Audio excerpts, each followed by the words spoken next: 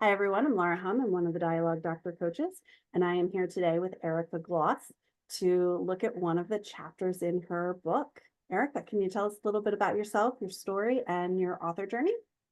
Absolutely. So this is my first experience writing a manuscript. I am an executive coach and organizational consultant by day, I guess.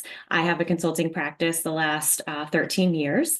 And part of this journey really came out of sort of my personal experience, kind of going through COVID and having three children, and having animals and doing a lot of animal therapy and work with them. And through all of that, I kind of just woke up one day and said, I feel like I have this story, which I'm realizing is a very common thing where it's, I have this thing to say and share. And Mhm. it started from, talking with other parents about other struggles that I was going through and being able to share a lot of resources, and knowing that, maybe it's a little bit more palatable in, fiction place where we can enjoy a story, but also learn something. So I decided to do that. And my husband says, you could have done a poem, but it turned into a much bigger project than I realized. So that's what I do in my time off is work on this story. Wonderful. I love that. And I think that you are so right. I think fiction does give us a space where we can connect and be open to learning things that maybe we would not be as open to if we were discussing it in an open forum or if we were reading about it in nonfiction. I think there's a safety in fiction that gives us a space for that. Yeah, absolutely. So, yeah, if this story can just inspire people to, engage more as we think about families and mental health and animal therapy and all the things, that's really my goal. And it's been really incredible and cathartic. So I'm enjoying it. Oh, I'm so glad to hear that. I love to hear when authors not just enjoy the process of writing, but also like feel like it's healthy and happy for them. Because oftentimes you hear the writing experience is like, I gotta get these words out. I gotta and like it's coffee filled and not that there's anything wrong with that experience, but it's also nice to hear that there can be the joy and the catharsis with it. Yeah, yeah. And I have all of those other feelings and moments as well. I, I do feel like art of any kind has lots of roller coastery types emotions that go with it. So Yeah, yeah. wonderful. Well, thanks so much for coming and sharing the story. Can you give us a little bit of background about this chapter and where it fits into your larger story? Absolutely. So in general, it's a sort of intergenerational family saga. I'm hoping it's, women's fiction upmarket. And this is the first chapter of the story. And we're sort of entering a contemporary situation, New York City, about a year into the pandemic, and looking at a mother POV who is in sort of a state of crisis with her family, trying to get a handle on, how they move forward and move through, as the chaos of everything has kind of fallen upon them and their own experience. Mm-hmm. Mm-hmm. Yeah. And I feel like it's so timely to be able to like hear kind of an honest look of how difficult it was because I feel like the further away we get from the heart of the pandemic, the more we kind of return to this sense of normalcy. Mhm. And yeah, we remember how hard 2020 was, but remembering how hard it was conceptually versus like the heart and feeling of it, I think your story does a great job of like really allowing people who maybe don't remember or whose experiences weren't the same to live it through a different perspective. So, Yeah, yeah, absolutely. And I think that there's a sense of, going through the, crisis moment, right? We're at that period of like acuity where there's a lot going on, but this is really about the domino effects of like years afterwards as well. And, looking at different ways that we were all affected. And at least for this story, it's that, it may not be directly related to something during the pandemic or COVID or anything else, Mhm. but it's just all the tiny ways that our families are affected and the longer term effects of that. So, yeah. Absolutely. And what I love about the way that you've created the family in the story, it's yes, it's set in the pandemic, but the the feelings that Natalie, your main character, has are so universal in families who feel like things are changing, kids are growing up, everybody's kind of going their separate ways a little bit, and this need to stay together and stay true to each other when time becomes a factor, money becomes a factor, tragedy, loss, whatever, all of these things wear down on people, and being able to stay close and connected or feeling very disconnected, but like we can't ever say that things are hard and difficult, can be a really hard thing for people. Yeah, yeah. And the facade of feeling like, maybe there wasn't this huge tragedy, but there's all these tiny little cuts, Yeah. and wanting to portray that, you've got it all together, but really so many of us inside our own individual families are suffering in varying ways. Yep. Yep. Yeah. And that kind of, brings back to what you were saying earlier about this idea of like normalizing mental health, where Hmm.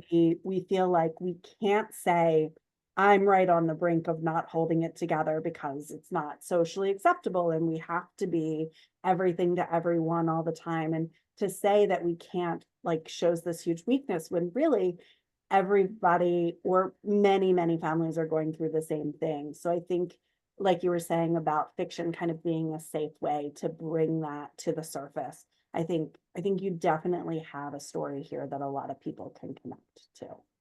Awesome. Good. I hope. Yeah, yeah. All right, so I'm going to go ahead and share my screen now so we Okay. can kind of talk about this first chapter as it's written instead of Okay. talking about it from the standpoint of the concept of it. The concept Mhm. of it is amazing, but let's also look at it. And now I'm going to stop talking so I can figure out how to share. Absolutely. Okay, here we go.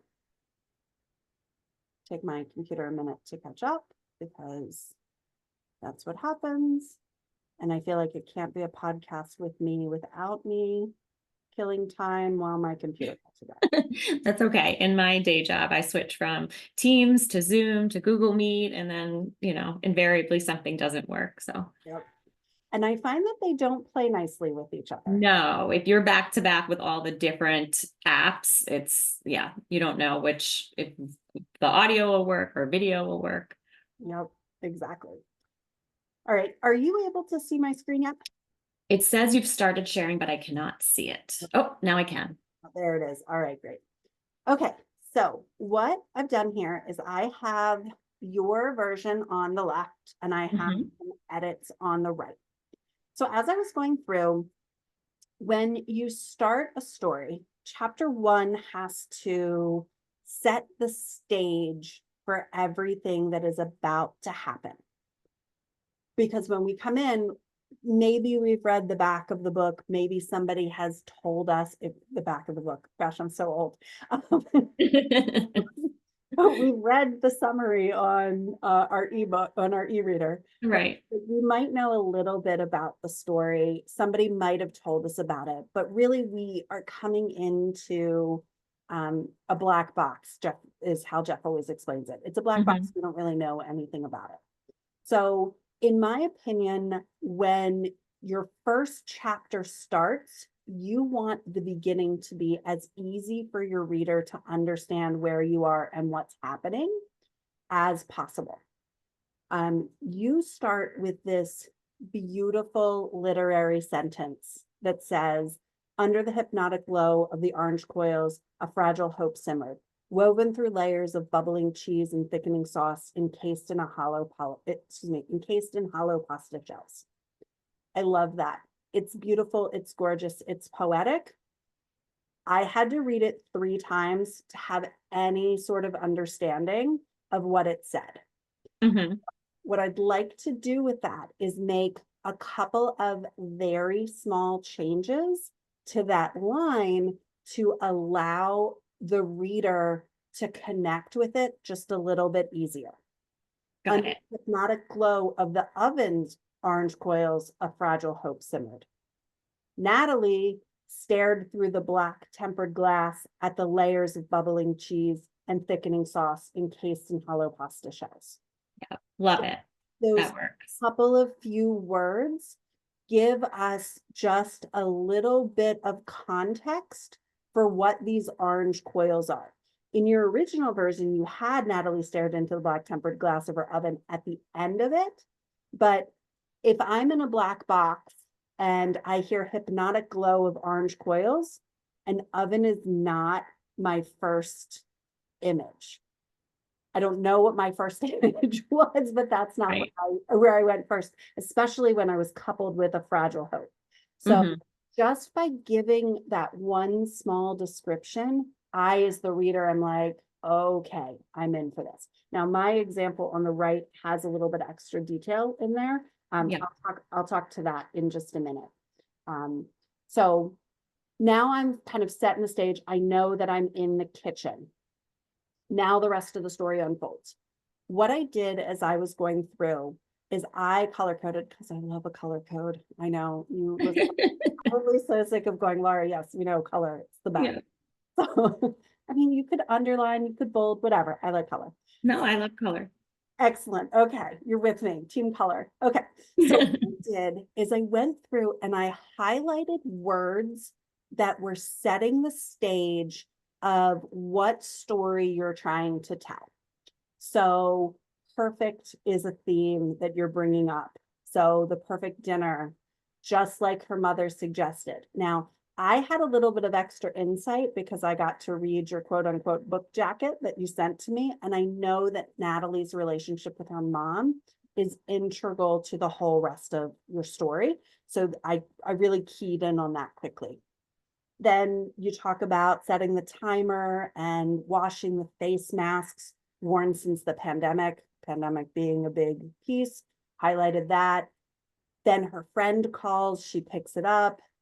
She's hoping that her mean mom voice doesn't bleed over from a conversation she had earlier with her children. So I highlighted mean mom. She and her friend talk a little bit. She's very glad to hear that her friend and neighbor didn't hear she and presumably her husband fighting again. And then there's this moment of we want to make sure that people don't know that things are falling apart for her, right? Mhm. So Mhm. all of these things are kind of setting the stage for what's happening in her life.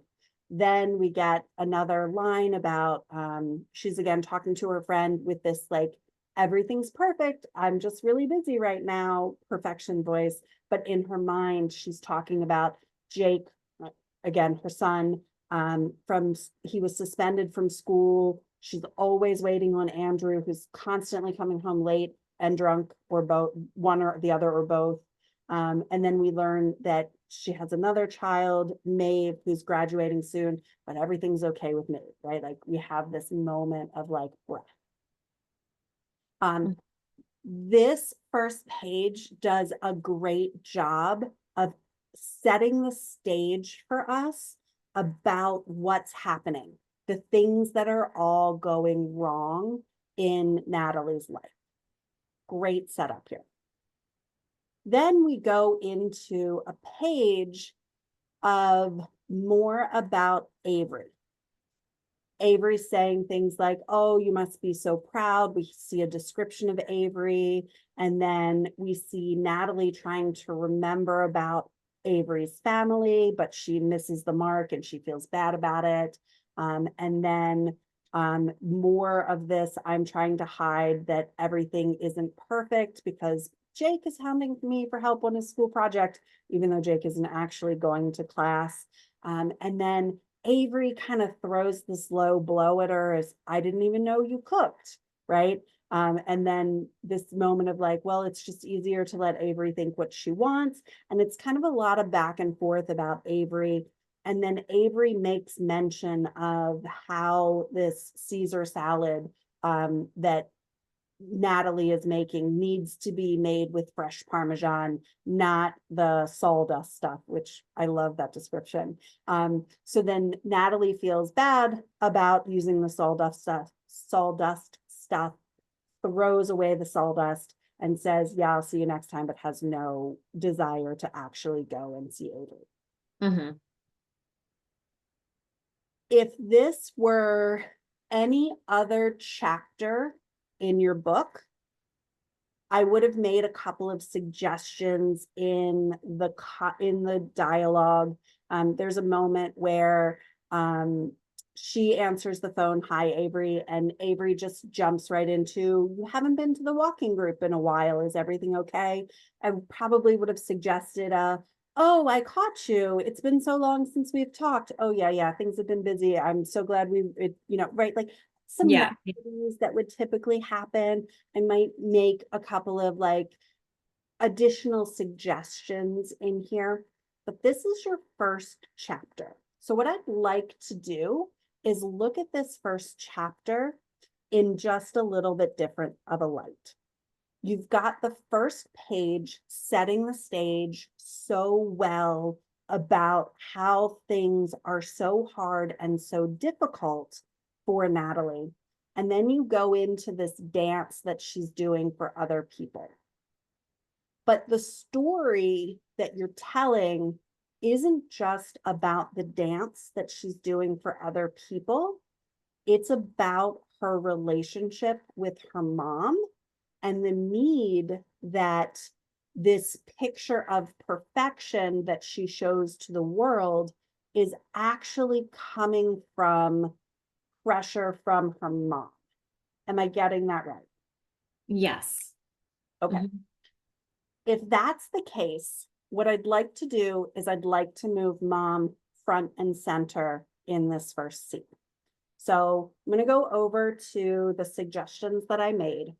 And in that first line where we say, under the hypnotic glow of the oven's orange coils, a fragile hope simmered. The ziti's already in the oven, Mom, Natalie says as she stared through the black tempered glass at the layers of bubbling cheese and thickening sauce encased in hollow pasta. Your family just needs a rest from all this nonsense. Her mother's, and then you would say something very authorly about her mother's voice. Mm-hmm. Natalie can think as if one dinner could erase, and then you can write a description about the pandemic and the effects that it's had on her family. As if one dinner could erase the last 9 months of COVID tests and doctor's appointments and lost income and whatever it is. Mm-hmm. In Mm-hmm. that one sentence, you can set the stage of the weight of what's happening. And you've got the mother who's like got the clear key to success of all of this. Mm-hmm. Because Natalie probably wants her mom to be like, oh my gosh, this is so hard. I can't believe what you've been able to do. You've been holding your family together amongst this whole mess, and you're doing such a great job. And I know it feels like everything's falling apart, but everything's going to be okay. We just have to hold together. And yet her mom is saying, your family just needs a reset, right? And you had said that in your original line when saying a perfect dinner, just like her mother suggested, a family reset to bring them back to before. But when it's in a sentence like just like her mother suggested, we're being told about it versus experiencing it with her when her mother says something like, you just need, right? Because it can be very like when someone minimizes our experiences by going, oh, you just, it's Yeah. right. Like all of a sudden, all this weight we're holding feels just so much heavier because everybody else has the key, the solution that, oh, yeah, we didn't think of that, right? Mm-hmm. Mm-hmm. As if probably the first 3 months of the pandemic, Natalie wasn't making homemade dinners every night and trying to get to the grocery store and trying to do everything that she could. But then over the months and the months and the months and you've got a lot of other things going on for her, money and the kids and, all of these things. It's hard to hold on to all of this. What do you think about that shift? I really like it. And the scene after this is her running into the bathroom and having a conversation with her mom, which is sort of the download of like how badly the dinner goes. But if we flip it, a lot of the things that she's saying in that scene, like she talks about, like, well, did you get the cloth napkins out? Did you do this? It's like all the things where you're like, that's not going to help. That's not going to do anything. But again, it goes to that character. So I feel like I can plug that in. And like you said, because the mom is really like the key to a lot of this and the antagonist and all of that, then we can get her right front and center. So yeah, no, I think this is great. Exactly. I love that. And I love what you're saying. And that's kind of what I was suggesting as you get a little bit further into this, right? And Yeah. then what do we like have? Because then my thought was, all right, so if the mom is putting this pressure on us as she's cooking, what next? What else needs to change? Obviously, it means you can move Avery out Yeah. and all of the things that she's hiding from Avery maybe her mom knows about peripherally, but doesn't know the weight of how bad things are. Yeah. It also feels like, again, from your description, so I had a little bit of extra insight, but it also feels like the mom is always on Andrew's side, her husband, instead of Natalie's side. Yeah. So if you can bring that into it, and then thinking about how does Natalie respond to this? Because presumably this is not the first time in their lives together that the mom has minimized what Natalie has gone through. Natalie, her response is probably, I just went with you're right, mom, this is exactly what this family needs. And then added the inner voice, the way that you had it, which is so separate from what she's saying out loud. So she didn't believe it could happen, but Natalie desperately wanted a factory reset to bring them back to before.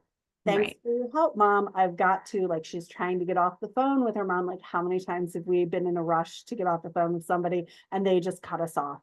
Um, so then, and again, a lot of the language here, I tried to keep true to the language that you were using, just moving it around into different places because I think the way you're using language to bring everyday things to life is very poetic and it's so true to your voice as an author. I definitely would not want to take any of that out.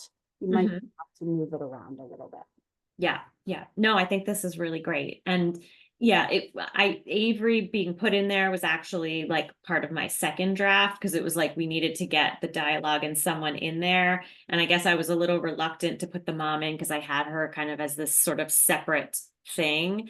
But I see how putting them together is going to be more powerful. Yeah.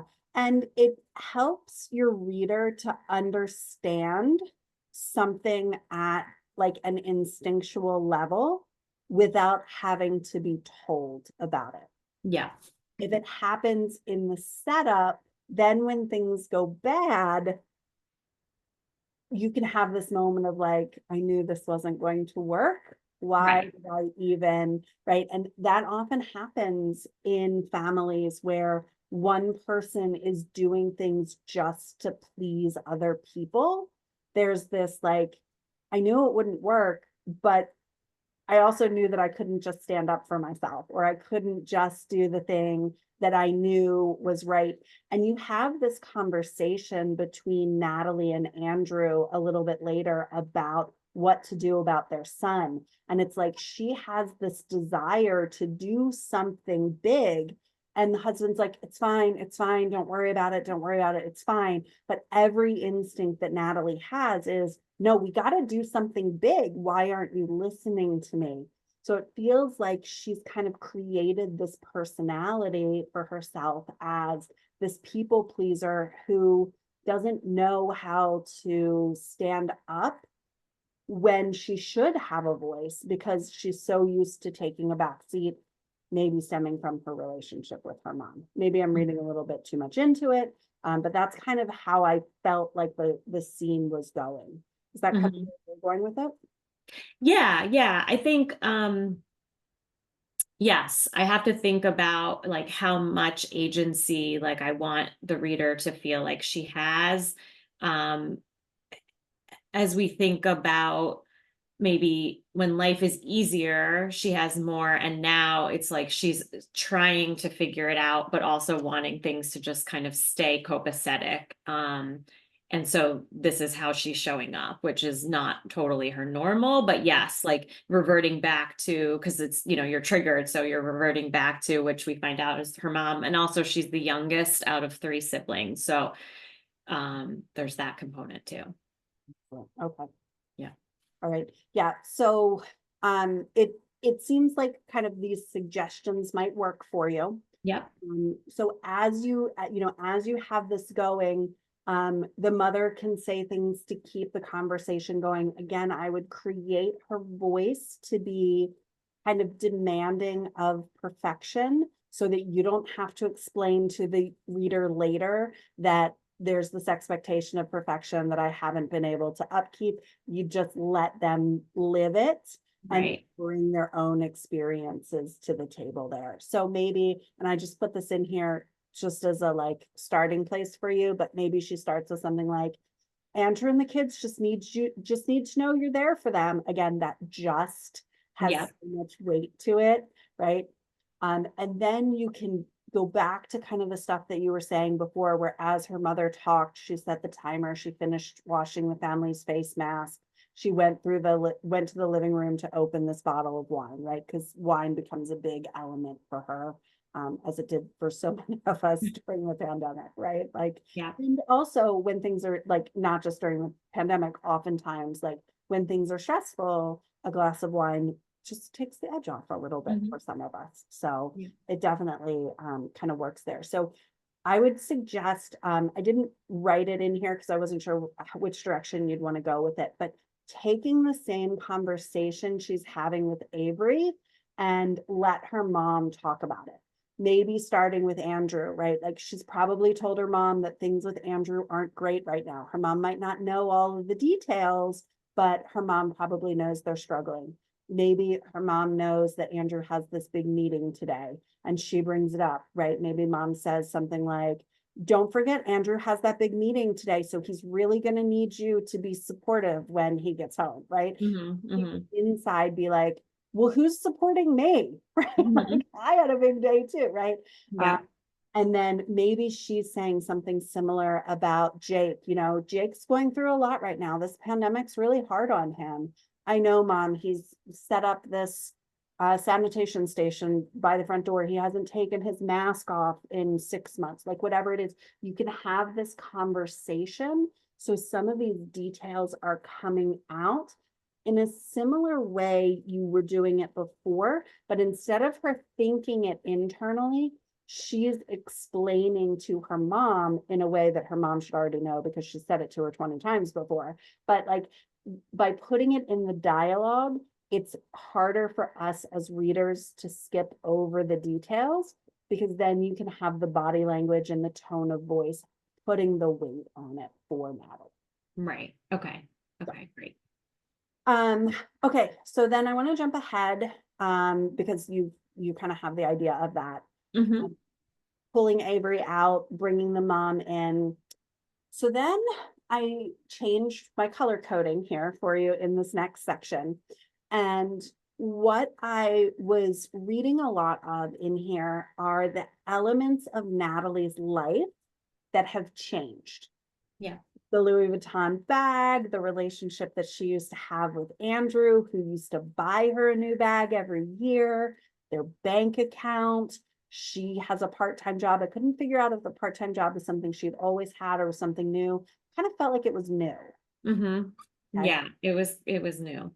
Okay. And then you've got this very expensive cabinet in the living room in this modern chic design. Maybe she feels a little uncomfortable with that since she calls it a bar and the interior designer has this big fancy name for it. You've Mhm. got this like side by side where they didn't used to have sides before. Then you've got kind of the couch that presumably, if they have a very expensive cabinet in the living room, the couch was also very expensive. Mm-hmm. Have her give this revelation that she's fallen out of love with her own family. There's a lot in here for your reader to connect with, but there's also a lot in here that some of your readers aren't going to be able to connect with. Okay. So the way that you want to be able to let your readers connect with it is to help us understand how she feels living in this world. So what I mean is, she hung up the phone, she looked around her house, or her home, I would use home, not house, but the interior designer called Modern Chic, right? So you're setting the stage that she's working with someone who came in and curated this home for her. You can talk now about the $9,000 cabinet in the living room that used to hold all of their family pictures, but now is divided by his liquor cabinet and her liquor cabinet. Mm-hmm. Couch that was, the interior decorator picked out because it was, I don't know, magazine ready, or so and so had it, but now it has a sad sag in the middle. And 2 years ago, if it had had a sag, they would have given it to Goodwill and bought a new one. Mm-hmm. Mm-hmm. Now we have these pizza boxes piled up in the corner. You had the pizza boxes listed Right. when you were talking to Avery. And then you had this, again, amazing imagery about the clutter that is threatening to swallow her whole and snuff her out, right? So giving us this, she's created this beautiful home that anyone would look at this home and think, anyone who has a home that looks like this has everything and their life is easy, is struggling in the same way that people who are getting hand-me-down furniture are struggling, and who don't have the money to get a new couch every year are struggling. By making that understanding of, it's not the house that makes the home, it's the people in the home that make the home, you make your story relatable to all of your readers, not just the readers who have been able to work with an interior designer and purchase furniture. It just makes it makes us connect to her story in a different way. Right. Okay. Okay, good. And yeah, like I don't know if I have to say it now or if you picked up on it, but there is going to be a sense of sort of Andrew brought her into this world more than she cared to be in it. And her mom, it was like almost like she went from her mom to him, and that was safe because her mom condoned that, or you know what I mean? And so she's gotten used to all these things, but obviously we'll see at the very end, like she doesn't care about any of them and never really did. Yep. And that's that element of, I don't care about any of this stuff. I'm just doing it because that's what my mom told me to do. That's what Andrew says is expected. That's what Avery downstairs, who's I'm sure is going to show up at some point in the story. This is what everybody expects from somebody in my position. I Mm-hmm. don't care about any of this. I care about my family. Use this description of her family to tell that story. And because now we're on page 2. If Right. tell it on page 2, when it happens at the end, we feel very vindicated for Natalie. We're like, she never cared about this in the first place. Now Right. things are coming together for her. Versus if we give the description of what perfect looks like, and we're leaving it up to the reader to make the decision about how Natalie feels about this perfect little life that's been curated for her by the interior designer, by Andrew, by her mother saying things like, Did you remember the cloth napkins? Right. Cloth napkins are not the key to this, right? So like Yes. those are the kinds of things that if you just bring to the black box that people are reading into, they don't have to think about it. They don't have to wonder about it. The story unfolds and they immediately have a connection because almost everyone in their life, regardless of their socioeconomic status, regardless of where they were brought up, regardless of how they were brought up, are put in a situation where somebody is telling us, this is how you're supposed to do it.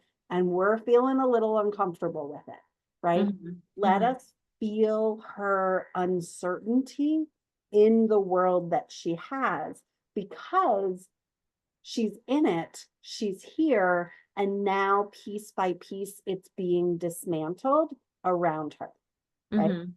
Let us see all of that. Okay. Okay. So again, all of the same content you have, but we're just going to push the emotional element of it for her to let us know what she's struggling, how is she struggling with this? Because you're starting your story in the middle of the pain point. Right. Sometimes as an editor, you might hear you might hear from an editor something like, we need to see what life was like before it got hard. I don't think you need to show us what life was like before it got hard, because I don't necessarily think for Natalie there ever was really a before. The way you're describing it was she's always been trying to create this picture of perfection, but it's never really come easily to her. Yeah. Yeah. So doing a before doesn't really work. But if you can do it here with this, like, I figured out how to live within this world, even though it wasn't super comfortable for me. I understood it. But Mhm. now everything that I understood is being pulled away from me. These things that were supposed to bring us happiness, like the perfect couch, now is saggy. Like this perfect cabinet is now just his and hers, right? Like this is kind of a symbol of what's happening in my life. I don't feel like I'm standing side by side with my husband anymore. There are battle lines drawn. Yeah. Yeah. Okay. Great. So then the last thing that I want to talk about in this chapter is when Andrew comes home, the the scene shifts and we learn about Andrew and we start to see some dialogue within the family. In it, though, Natalie is very reactive as other people are bringing things into it. Andrew announces himself. We learn how the kids used to be so excited to see him home, but she's glaring at the clock as he's taking off his shoes and dumping the contents of his pockets into the foyer. He says meetings ran long. She knows he's lying because she called his business partner. There's this aside about what's in his pockets. And then the two of them start, which something that presumably has been an argument that has been happening multiple times over the last several months, if not years. Mhm. But in the conversations, they're very polite to one another, and she tends to be very reactive to him. That is not necessarily a problem, but if you want that really polite version of Natalie, my suggestion is push the polite gas pedal really, really hard. If Mhm. you want it to feel like they've had this fight 20 or 30 times in the last month, then push on that gas pedal. So here's how I'm going to suggest that you set it up, and then we can talk about what it could look like either way. Okay.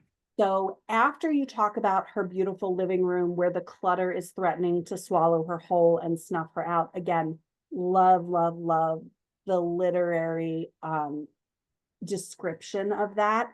Don't change a thing there. Lean into that part of your author voice. I think it creates such a beautiful way of talking about something so hurtful and so painful. I think it's brilliant. Lean into Thank it. you. Thank you. Okay, so after she talks about the living room, she looks to the front door, description of the foyer table. This is a great place to bring in the sanitation station that Jake set up, that you bring in later as part of like the dialogue that's happening. I don't think in where it's being described, I don't think there's enough space in there to talk about her concern surrounding it. By bringing it to like describing the foyer in a similar way to you describing the living room, you have 2 or 3 sentences that you can talk about her worry about, like he's in his teens, right? Yeah. Like a teenage boy should not be this worried about this at this time. What can I do, right? Like let her have the weight of that show up. Okay. You Yeah. can talk about her Louis Vuitton bag, that now that she's not leaving the house to get the cheese anymore, can talk about it. She can talk about it, but not in a way about the bag itself being her safety, but it can be from a standpoint of her husband used to buy her a bag like this every year. It was his way of showing her how much he loved her, and that's changed. Is it that they couldn't afford it this year, or is it that he didn't care enough this year? That can be something that she's questioning, because Right. the reader is going to question it. So let her question it for us in this paragraph. When he gets in and he starts emptying his pockets, you have this great element about the M&Ms and the candy wrappers and how they can't afford to send their laundry out anymore and how embarrassing that is for her.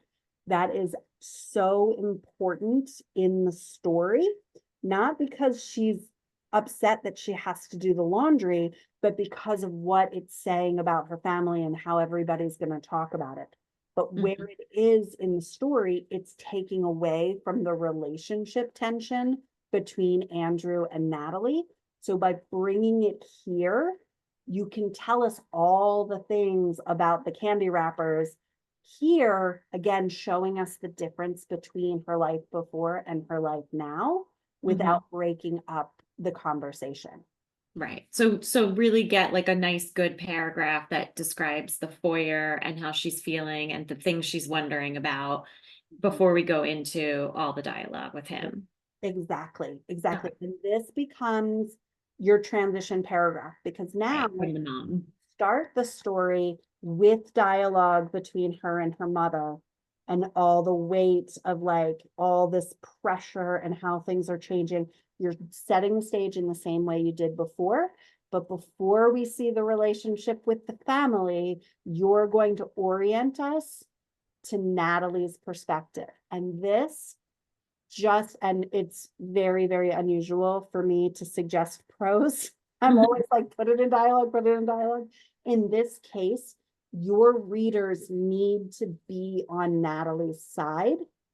These 2 or 3 paragraphs of her feeling uncomfortable in her own home are your chance to get your readers on her side. We Yeah. want to feel the weight of what she's going through, how she's trying. She keeps packing Andrew healthy stuff and he keeps coming home with M&Ms. His pants are getting a little bit tighter. You have this great description later of them fighting in the bedroom, and she's talking about how much weight he's gained. If you put it here instead of in ordinarily, this is not the suggestion I would make. Ordinarily, I would suggest doing it exactly how you're doing it, where it's Okay. in the conversation. But I want the weight of the conversation between the 2 of them to have all of the emotional impact. So by breaking it up with her inner thoughts there, we're pulling away from the emotion. So give it to us in these transition sentences where you're doing all the same stuff you're doing everywhere throughout, but you're just condensing it all together. You want to try to keep it to like max 4 paragraphs between all of the different rooms, because any more than that, and it's going to feel very heavy in prose, and we're going to long for that dialogue. Right. So Okay. the last thing is Maeve kind of, am I saying her name right? Yeah. Okay. Mhm. Maeve is kind of showing up almost as an afterthought because, and I think it's because she was brought up really great in the Avery conversation with her getting ready to graduate, and things are so good with her right now. Everything's fine with her. Later, when you sit them down at the dinner table to talk, there's a lot about her being Switzerland and always trying to like ease the tension. And I think that's really great. But we still want to see Natalie's perspective on how Maeve is doing. Is this trying to keep the peace something new? Is it something she's always done, but it's getting worse? Again, we want that whole perspective on how things are for Natalie. So giving us that perspective here more than just, oh, I forgot to make the reservation for after the graduation. We really want to see that emotional connection there, Mhm. especially because if Natalie's relationship with her mom is a little bit struggled, we want to see how Natalie interacts with her daughter differently in a way to kind of balance out how things are with her mother. Right. Okay. So are you saying like when she comes in that we're gonna talk about it in prose before a little bit, or just we need to work on kind of threading her through enough that when she does come on scene that we already have a sense of how Natalie feels about that? The second one. Yeah. Okay. Yep. Because again, these two paragraphs are you painting the picture of Natalie's life, right? Hmm.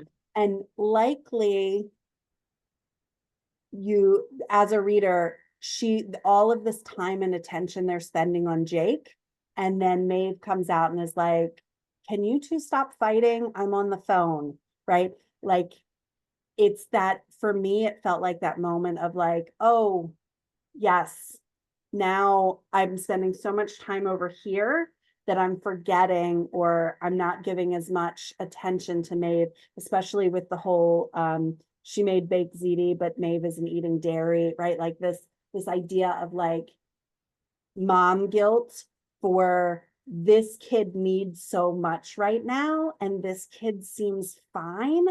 If I'm giving this kid everything they need, do I really have enough to give this kid everything they need when they don't really seem to need anything, right? Like that balance that moms have to do of making sure that everybody has what they need all of the time, even when they're not asking for it. There's so much pressure there, letting us see kind of what that feels like for Natalie in this paragraph is going to make, when Maeve comes on scene, us go, oh yeah, I see what Natalie's talking about. Hmm. Okay. Okay. Make sense? Yep. Yep. Okay, great. So then to make Andrew coming home more proactive, instead of her glaring at the clock after he comes in, she's looking at the clock before he comes home. And I took some huge editorial liberty, big swings here. Yeah. Yeah. It might not be the direction you want to go, but in my mind, if she's making this big dinner, she's going to try to be proactive. She prayed Andrew would be home on time. She promised herself she wouldn't fight with him if only he would be home on time. She left him 3 messages, and Remy said he left the office hours ago, right? Like, if she really thinks that this baked ziti in the oven is even the smallest, slightest possibility of a reset, she knows that it's not just going to be the ziti. Even though her mom is saying it's going to be the ziti and the napkin, she knows Right. Right. her family is going to take more than that. It's going to be, Andrew's got to be here on time. I'm going to have to hold my tongue. Maeve is going to come out of her room and she's not going to need anything. I'm going to have to give her a little bit more than I have been giving her. Jake is going to come out of his room with his mask on, and I'm going to have to not get on him about, were you playing video games? You're not supposed to be playing video games, right? Like, she is going to have to like try to reset herself in Mhm. order to make this reset of her family work. which is often the case with moms. They hold the whole weight and the whole responsibility of how the family is feeling just in themselves. Right. So if you can show us what her emotional capital, that's a weird term, but like Mhm. how much she is investing in tonight going well, all of the things that she's willing to do and not to do, if only everybody else play their part, you have every single reader, almost every single reader, I can't say every single reader, but Mhm. almost every single reader who reads that paragraph after this description of how things have changed in the foyer, how things have changed in the living room, after the weight of this conversation with her mom, who just do this, everything will be fine if you just, right? Like by the end of page 2, you're gonna have all of your readers understanding exactly how Natalie is feeling. Then when Andrew walks in and mumbles some excuse of meetings ran long when she knows he's lying, all of that setting of the stage that you've given us crumbles as soon as he tells us this lie. Right. And now you can make your decision of, I'm either going to play the polite wife. Oh, I'm sorry. I'm sorry that your meetings ran long, but we do need to talk about Jake. Or dinner's almost ready. Maybe you can tell me about it at right. Like go Mhm. really, really polite. Right now, it's meetings ran long. We need to talk about Jake. The bank denied the loan. Thanks for asking. Well, I had a hard day too. What do you want from me? What does your business partner think? Right? It's very polite. If you want it to be, I'm going to use the phrase Stepford wife here, where it's Yeah. like, I'm not going to say anything that could possibly make it go wrong. It's like, meetings ran long. Oh, I'm so sorry you had a hard day. Can I pour you a drink? Right? Like your inside is screaming, stop lying to me. But her outside is like, perfect little wife here. Right? Mhm. Or you go the other way and he says meetings ran long. And she says, I called Remy. You left the office 3 hours ago. Yeah. You didn't Yeah. get my messages. I Mhm. left you 3 messages. When do I have time to check my messages? I have 7 buildings that I have to look at. And then Mhm. she can say 7 buildings that are only a third full. What do you Right. do? Right? Like letting them have that argument that they've had 100 times, don't hold back in it or go the other direction and make it really, really, I'm doing everything I can to make the change to see where it will go because I'm invested in it. Mhm. One of those two directions is going to take the emotions that you have here and are really going to amplify them. Because right now, it's a little bit of this, and it's a little bit of this, and it's a little bit of this, and it's a little bit of this. And that can work, but it's harder for the reader to stick with the emotions because you start going one direction and then you pull hard to the other direction. And it's like, wait, am I being nice or am I fighting? Right, right, right, right. Okay. Yeah, I mean, I think I like the idea of, we're sort of setting it all up and she's trying really hard and then he walks in and the one lie totally triggers her and she just loses all the things she said she was going to do on the inside, right? It's like that one thing happens and we completely flip and then she's, self-sabotages the entire thing as well Yep. because she can't help herself because I mean, she's damaged too in the sense of, right? I mean, I want you to feel by the end of it that it's like everybody is just kind of crumbling because we've all had those dinners where it's like dinner's over and like it never even started. Exactly, exactly. And if you're going to go that direction, really lean into it, right? Meetings ran long. Oh, well, thanks for asking about my day since you had 2 hours to yourself. What do you Right. mean I had 2 hours to myself? Oh, I talked to Remy. Yeah. What are Yeah. you doing calling Remy? Right? Like letting them lean into that. I needed to know where you are. I had to go to Jake's school again because you refused to do anything about this. Yeah. I don't have time for this. And then Maeve can shout from her room. She doesn't have to come out. can you two please be quiet? Right. Yeah. And then she can say, go set the table, right? Like whatever it is, like Yeah. let it all kind of fall to pieces. Let us feel the tension at dinner. When Maeve's not eating, instead of Natalie being like, why aren't you eating? You used to love my baked ziti. She can be like, why aren't you eating? Do you know how hard you know how long I spent in the kitchen making this? Mm-hmm. And she can just be like, well, I'll just have, I'm not really hungry, I'll just have some salad.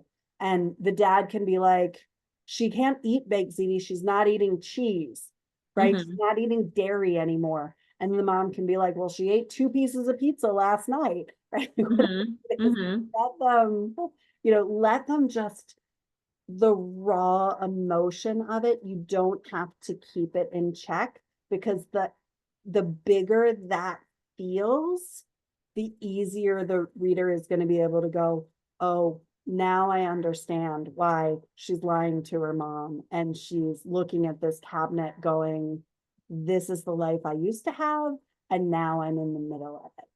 So Right. those bigger emotions are going to feel much more comfortable for the reader, even though you're making them very uncomfortable with it, because we've all had that dinner with our family where it's like nobody says anything right and we all walk away mad. And like you said, dinner ends and it never actually began. Mm-hmm. Mm-hmm. Okay. All right. Yeah, I think that's the direction that I wanted to go. Excellent. Excellent. Do you have any other questions for me before we wrap up? Um, I guess does the like the idea, like where it goes from kind of looking in the oven, like just that whole thing, like does that play well? Is it relatable? Is it too big of a leap to like say, okay, so it's fine how it is? Yeah, I loved all of the beats that you had, especially if you're willing to replace mom with Avery Yeah, yeah. and go just bigger. The phrase that comes to mind is take the gloves off. Mm-hmm. Like in hockey, you get people like throwing elbows and shoulders at each other. And then when things get real, they take their gloves off and they start fighting without their gloves on. That's what I wanted to see in this scene, because the politeness happens at the beginning. Either if you decide to leave Avery or if you go with the mom, the politeness shows up there. Right. Then we don't need it. Right. It's just Then a when, repeated beat then. exactly, Yeah. exactly. Okay. And it's going to bring readers on to Natalie's side, because we've all been there. We've all been in a conversation where afterward we're like, I shouldn't have said that.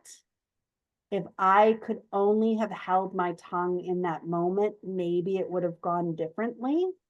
Mm-hmm. Even though in that moment we had zero ability to control ourselves, because Yeah. something somebody else said, something completely oftentimes benign, they say it, but for whatever reason, it's like a gut punch to us. And then all of a sudden the train is off the tracks, or whatever other analogy you want to use. And Yeah. we just can't get it back. Mm-hmm. That is going to set the stage for the rest of your story, which is, here is a woman struggling to hold on to her family when she has very little control over the circumstances that her family is living in.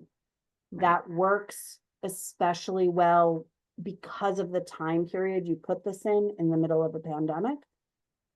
But before we had COVID, there were lots of people in lots of families who were feeling the same way because they were dealing with their own crisis.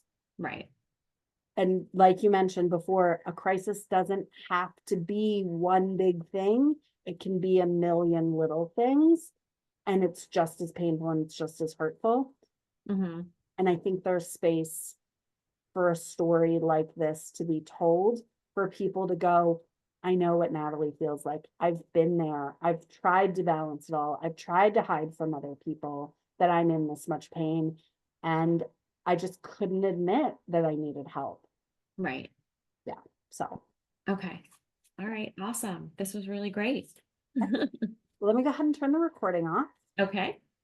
Let's Thank you. stop sharing first.